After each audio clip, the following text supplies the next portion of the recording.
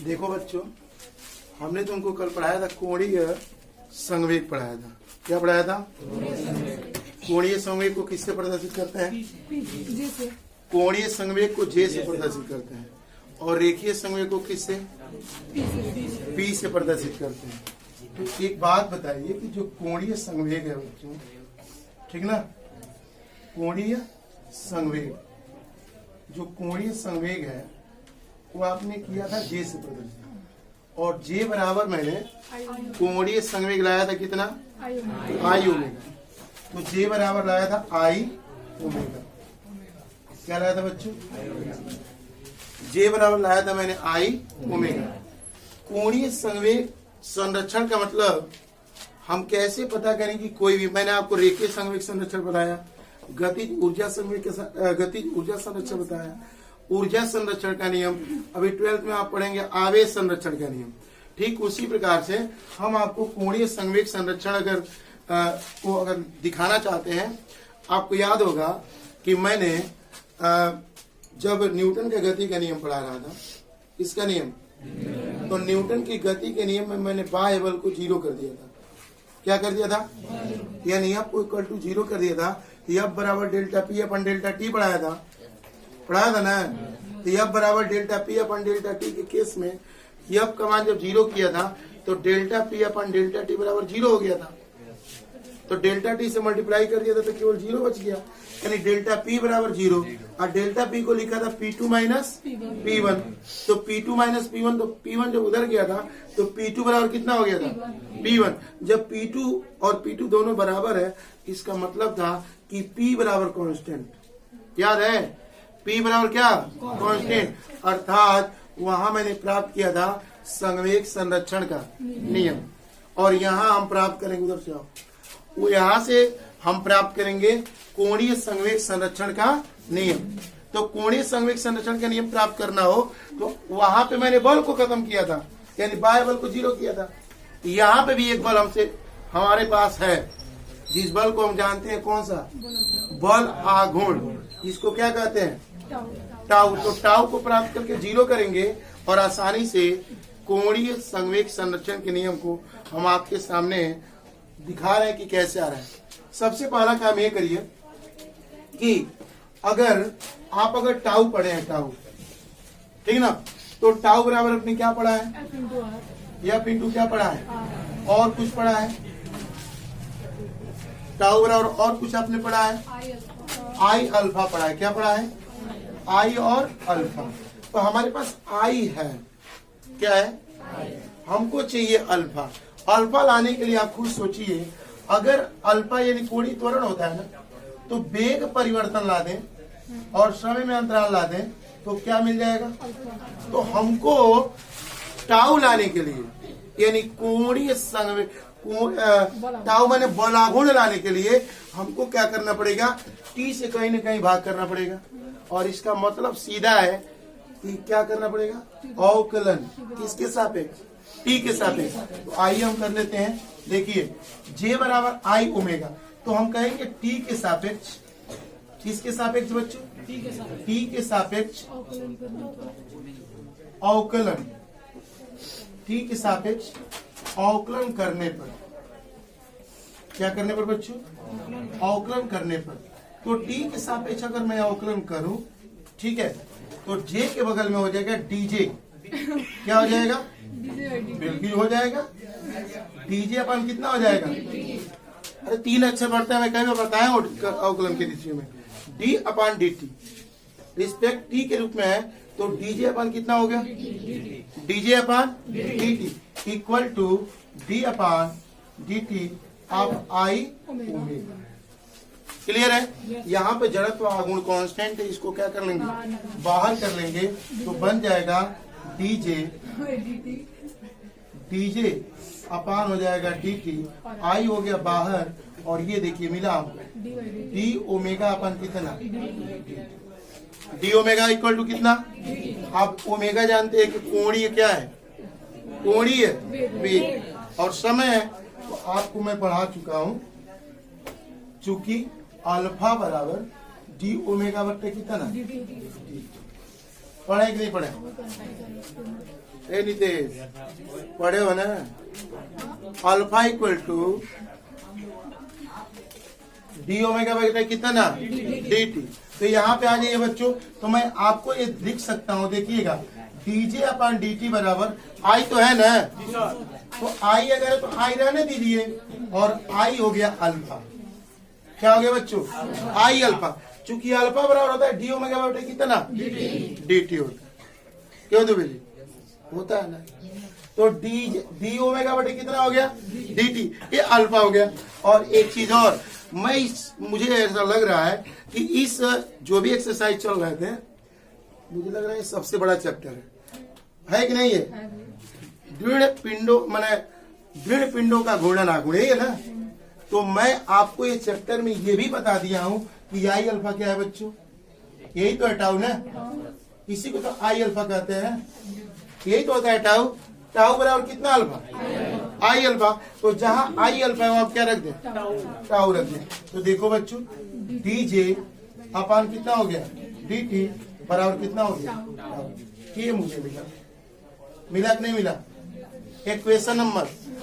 अच्छा समीकरण 1 से एक बात स्पष्ट हो रही है, समीकरण 1 से स्पष्ट है, क्या स्पष्ट है कि संवेग कोणीय संवेग परिवर्तन समय के रिस्पेक्ट में हो रहा है ना, कोणीय संवेग परिवर्तन किसके बराबर है?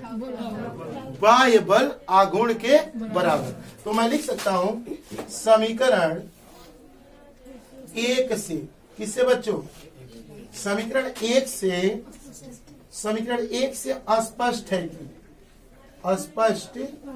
है कि कोणीय संवेग क्लियर है बच्चों? कोणीय संवेग बच्चों ध्यान दीजिएगा, कोणीय संवेग परिवर्तन ठीक है रिस्पेक्ट में हो रहा है, कोणीय संवेग परिवर्तन, कोणीय संवेग परिवर्तन बाह्य बल आघूर्ण किसके जी? कोणीय संवेग परिवर्तन बाह्य बल आघूर्ण, बाह्य बल आघूर्ण के बराबर होता है। बाह्य बल आघूर्ण के क्या होता है बच्चों? बराबर होता है। क्लियर है? और एक बात मैं बता रहा हूं, DJ upon d t equal to tau, यानी कोणीय संवेग की परिवर्तन जो हो रही है बाह्य बल आघूर्ण के क्या हो रही है। और आपको याद होगा मैंने अभी रिपीट किया है, आप देख लीजिए यहाँ पे आपने पढ़ा था न्यूटन के नियम है, ये न्यूटन का द्वितीय नियम है ठीक है ना। संवेग परिवर्तन की जो समय होती है बाह्य बल के क्या होती है, और याद करो बच्चों इसको मैंने किया था 0 और डेल्टा पी बराबर आया था डेल्टा टी, डेल्टा टी से गुणा करेंगे बच जाएगा डेल्टा पी बराबर कितना, और इसी को तो कहते हैं P2 माइनस P1, कहते हैं कि नहीं कहते हैं, बराबर कितना, अब P2 बराबर कितना, यानी जो बाद में संवेग था वो पहले ही है, इसका मतलब संवेग क्या है? नियत है, यानी संरचित है। और यहीं से मैंने लाया था न्यूटन के द्वितीय नियम से लाया था संवेग संरक्षण के नियम को, और मैंने 0 किसको किया था? किसको किया था? एफ को। किसको किया था? तो यहाँ भी मुझे एक चीज दिखाई दे रहा है जिसको बाह्य बल को क्या करते हैं टाउ पे, यदि टाउ बराबर कितना रख दिया जाए, देख लो टाउ बराबर क्या रख दिया जाए, तो देखिए तो इसलिए क्या बन जाएगा, यदि टाउ बराबर 0 हो तो ठीक ना बच्चों, तो टाउ बराबर 0 हो जाएगा। तो जरा देखिए टाउ बराबर अगर 0 तो डीजे अपन कितना बच्चों, डी बराबर कितना हो गया, DJ upon d t equal to कितना 0, आप मल्टीप्लाई कर दीजिए डी से, तो डीजे बराबर कितना हो जाएगा, डीजे बराबर कितना हो गया, और यही डीजे तो डेल्टा जे होता है, और डीजे को J2 माइनस कितना, तो मैं लिख सकता हूँ कि J2 माइनस कितना J1 बराबर कितना, और J2 बराबर कितना, यानी जो J2 है बराबर कितना हो गया, J1 हो गया। तो मैं लिख सकता हूँ J बराबर क्या, कांस्टेंट, J बराबर कितना कांस्टेंट, यानी J बराबर नियत, यानी कि J संरचित है। तो समीकरण अगर मैं बना दूं इसको 2, तो मैं लिख सकता हूं समीकरण 2 से, इससे 2 से स्पष्ट है कि, स्पष्ट, समीकरण 2 से स्पष्ट है कि, ध्यान देना बच्चों, समीकरण 2 से स्पष्ट है कि बाह्य बल आघूर्ण, बाह्य बल आघूर्ण की अनुपस्थिति में, हटा लिया गया ना, बाह्य बल आघूर्ण की अनुपस्थिति में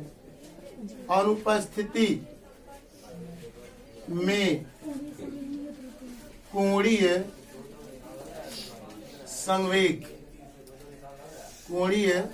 संवेग नियत रहता है। जो संवेग संरक्षण का क्या है बच्चों? जो संवेग संरक्षण, सॉरी, कोणीय संवेग ना, जो कोणीय संवेग संरक्षण का, कोणीय संवेग संरक्षण का नियम है। अच्छा, उपरोक्त से एक बात और देखने को मिल रही है, उपरोक्त से सर, उपरोक्त से क्या है कंडीशन, ये देखो, देख रहे हो, J2 बराबर कितना है? तो मैं ये जानता हूं, चूंकि J2 बराबर, जरा देखिएगा, J2 बराबर कितना है? J1। और आपको अभी बताया बच्चों कि J बराबर कितना ओमेगा? I omega. क्लियर है? तो मैं जहां J है वहां पर मैं लिख सकता हूं J2 है तो I2 और कितना 2 ओमेगा 2, और J है तो लिख सकता हूं I1 और कितना ओमेगा 2, और ये भी तुमने ओमेगा 1, सॉरी ओमेगा 1। और यहाँ एक चीज और देखिए, मैं आपको लिखवा चुका हूं ओमेगा बराबर कोणीय वेग कुल दूरी बटा समय 2 पाई, कितना अब बटे कैपिटल T आवर का। तो मैं लिख रहा हूं I2 ओमेगा 2 की जगह पर लिख सकता हूं 2 पाई अब बटे T2, कितना लिख सकता हूं अब बराबर I1 की जगह, I1 तो रहेगा, ओमेगा 1 की जगह पर लिख सकता हूं 2 पाई बटे कितना T1।